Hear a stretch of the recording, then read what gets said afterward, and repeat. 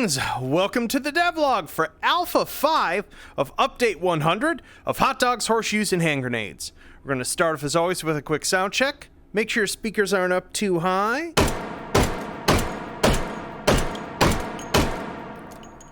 Wonderful.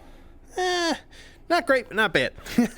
Anywho, how are you folks all doing? Let's see what, let's take a look at what we've got this week, which is going to be a new wonderful toy, as well as some continued tweaks with the tag searching for the prototype item spawner. I have listened to all of your feedback on it so far, and I am slowly working my way through it.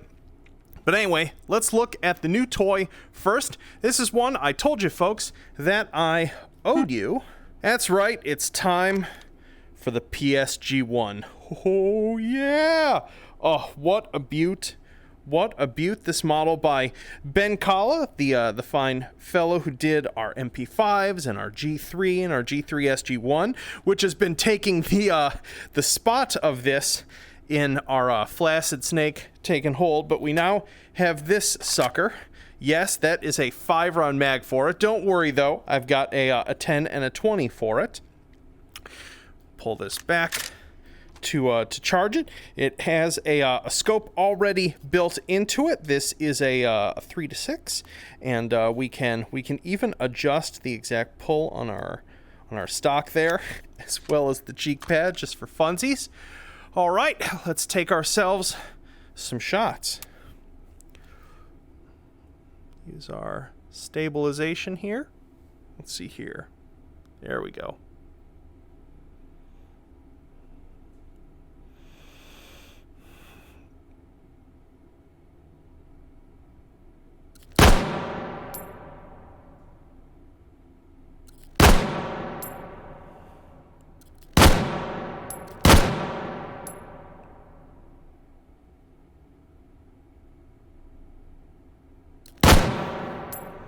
Wonderful.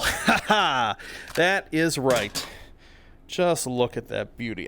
I always love like the hand rest on it and just the lines, everything about it. And of course we can put a 20 in. These are G3 style mags, so they're all cross compatible. Let's do a new set. Let's see how fast we can do this. So we can do a better job. I might even do it without stabilization, just so I can fire faster.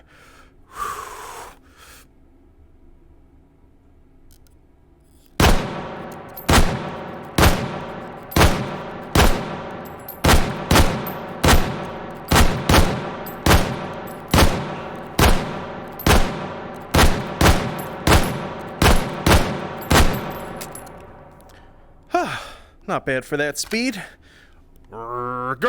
So there you have it. There is our PSG1, just looking absolutely gorgeous. What else this week? Oh, I fixed the bug with our mag palming systems. So now AK style guns can once again have their mags torn out if I can do it right. Ha! Nope. Third time's the charm. There we go. So we can still do that. Just reload. Got some of the back wall there, but obviously we can still do the retention reload as well. Wonderful. Absolutely wonderful. I love this model so much. Wrong mag for you, but that'll do. And then the last thing, oops, there's our arm swinger jump that I wanted to take a look at here, is that I got a bunch of feedback from you folks. I am going to be adding some little text beneath these for the grid mode. I don't have it in yet because I need to shift some things around and make sure they don't look too packed, but I think there should be just enough space if I move those buttons up a little bit to about the height of that one, as well as the text box up. Poke these down a touch. There should be just enough space. But the main thing I wanted to show is I got some feedback about how tags worked and how folks expected them to work. as well as just especially how it worked with certain things like country of origin and era. So some things have been changed. Now, the way this works, I don't know how many of you are familiar with like Boolean logic, like and or and things like that. But the way this now works is that for categories, say if I pick pistol and then set real and then say era, World War II. This is essentially giving me a search of things that are pistols and real and World War II. However, if I add a second era for that, say post-war, you'll see that the number of items in the list actually grows, especially because of the fact that most of these subtags are mutually exclusive to each other. They're things that you can only have one of that given tag. And so what we now have as a search is things that are pistol and real and World War II or post-war. And so I think this is closer to what a majority of people who sat down or stood up to use this system expected it to work. And I agree that it is immediately preferable. No items match all selected tags. So there is still a bug going on in this, and I need to figure out what it is. Clear. Yep, something must be hanging around inside the selected tag list, or something about my logic is busted. It's still in progress. This stuff is such a pain in the butt. But yeah, so this should make it significantly easier for you now to do things along that lines. I'm still deciding if I want to. Obviously, like, part of the issue of like using something like introduction year is like, how do you hew down this list using this if you don't even know what the introduction years of these are? So ideally, this page would also let you know how many things would actually fit in this, but I need to figure out and make sure that that won't be error prone or super expensive to do as a display or make this too noisy. But as I said, still working on it, still deciding what the smart way to display a lot of this information is. As you might imagine, making a UI like this work and making it good is very far away from fixing physics glitches and retention reloads. It's not exactly in my wheelhouse, but I am determined to get through it and turn it into what it needs to be for the spawner here. So yeah. Anywho, let's jump out of VR. Yo.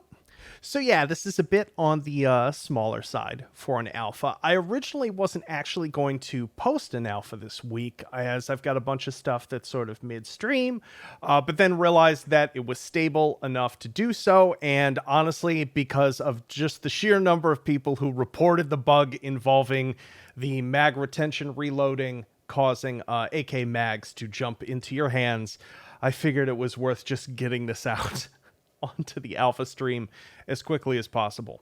Also, related to gun stabilization, I did make it. It's a bit of a temporary fix because obviously to do this I had to sort of remove a feature. I don't know how commonly it's used for a class of weapons, but folks who are using lever action firearms and using the trigger held on the 4 to stabilize them, we're finding that also opens up the action on lever action firearms. That makes them annoying to use, and so I have now made it so that doesn't engage if you're using trigger held stabilization, but that does mean that feature isn't available at all while you have stabilization enabled. So I do have to go back and make some sort of alternate mapping, figure out some way to communicate that to the user.